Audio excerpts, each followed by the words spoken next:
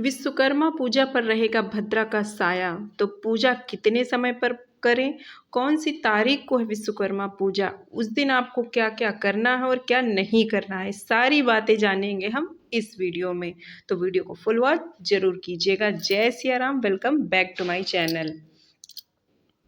हर साल विश्वकर्मा पूजा 17 सितंबर को मनाई जाती है, लेकिन इस बार कन्या संक्रांति के कारण विश्वकर्मा पूजा की तारीख को लेकर बहुत ही दुविधा बनी हुई है। दरअसल कन्या संक्रांति के दिन ही विश्वकर्मा पूजा मनाते हैं और इस बार जो कन्या संक्रांति का समय वो 16 सितंबर की शाम में है।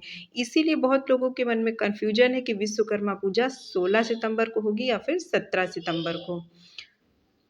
तो आइए अब जान लेते हैं कि सही तिथि क्या है, किस दिन आपको विश्वकर्मा पूजा मनानी है।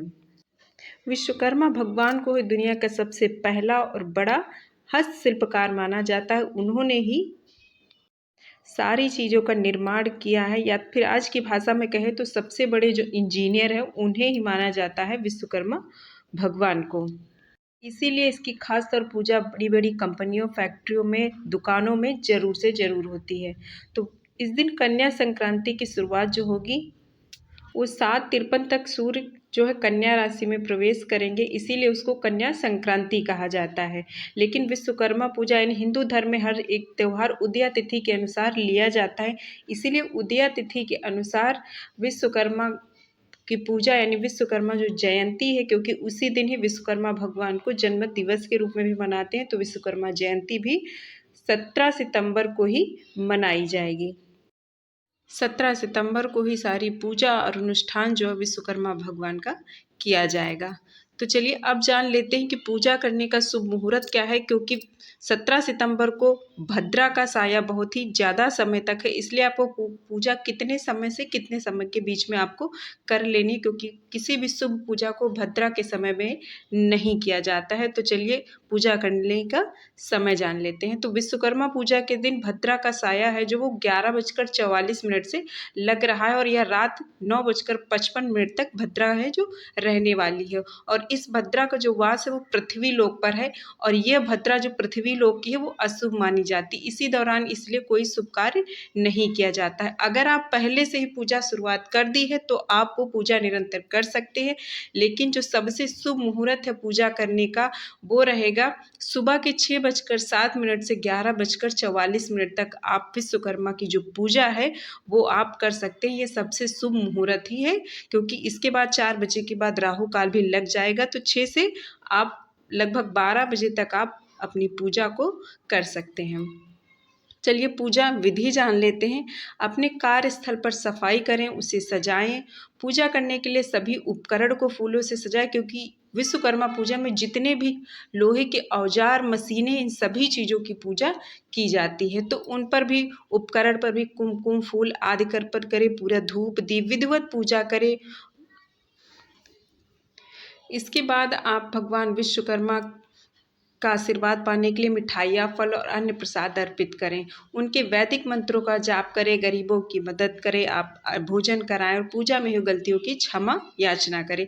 विश्वकर्मा पूजा के दिन खास तौर पर दुकानों में, फैक्ट्रियों में, जहाँ जितना भी जो काम चलता है उस जगह पर खास तौर पे इसकी पूजा की जाती है। यहाँ पर बहुत से लोग घरों में भी अपने जो लोहे के औजार हैं, जितने भी काम करने वाले औजार होते हैं, उनकी खास तौर पर इस दिन पूजा की जाती। उस जगह को आपको उस दिन साफ सुथरा रखना, उनकी एक एक चीज़ों की आपको पूजा करनी है। छोटे तौर पर, बड़े तौर पर आप पूजा अपने अनुसार कर सकते हैं, हवन वगैरह कर सकते हैं। विश्वकर्मा भगवान की आपको पूजा विधिवत करनी है कि आप जो कार्य कर रहे हैं वो निरंतर उनके आशीर्वाद से हमेशा अच्छे ही चलता रहे, क्योंकि भगवान विश्वकर्मा को ही सबसे बड़ा शिल्पकार माना गया है। पौराणिक में भी जितनी भी चीज़ें हैं वो सारी विश्वकर्मा भगवान के द्वारा ही निर्मित की हैं, इसीलिए मशीनों के औजारों की पूजा उन्हीं के लिए की जाती है। आप भी अपने घर में जो गाड़ियाँ होती हैं या फिर जितने भी लोहे के औजार हैं, अगर आप कुछ काम करते हैं, छोटा बड़ा चाहे जो भी हो, अपनी सारी चीज़ों की पूजा उस दिन आप ज़रूर करें।